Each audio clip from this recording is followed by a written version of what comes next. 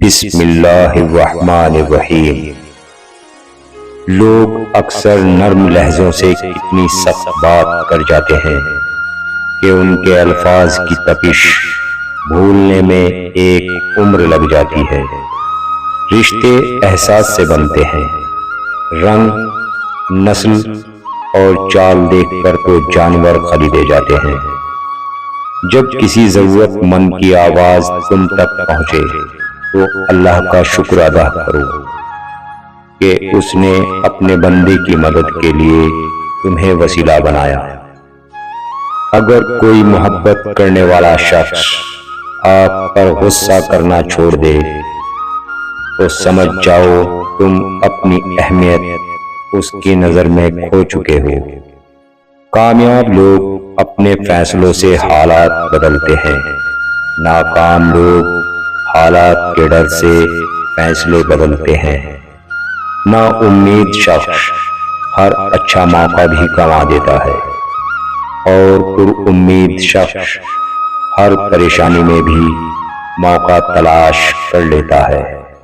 زندگی تب بہتر ہوتی ہے جب آپ خوش ہوتے ہیں، لیکن زندگی تب بہترین ہوتی ہے جب آپ کی وجہ سے کوئی دوسرا شخص خوش ہوتا ہے۔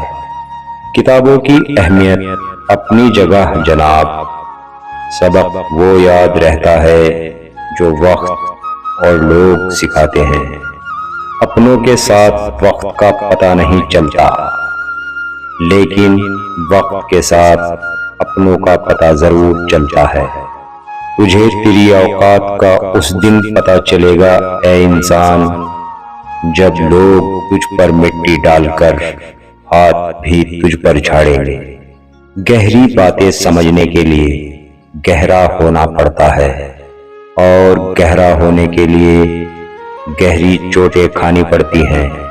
جو لوگ جھک جاتے ہیں وہ کمزور نہیں ہوتے، بس ان میں رشتے نبھانے کی چاہت دوسروں سے زیادہ ہوتی ہے۔ رشتے کبھی قدرتی موت نہیں مرتے، ان کو ہمیشہ انسان ہی قتل کرتا ہے، کبھی نفرت سے، کبھی نظر اندازی سے، اور کبھی غلط فہمی سے۔ تین لوگ جب آپ کے سامنے بات کر رہے ہوں تو انہیں مت روکو: والدین، بچہ اور غم زدہ انسان، کیونکہ ان کا دل بول رہا ہوتا ہے۔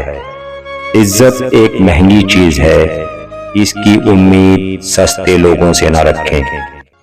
حضرت علی نے فرمایا، غربت انسان کو اپنے ہی شہر میں اجنبی بنا دیتی ہے۔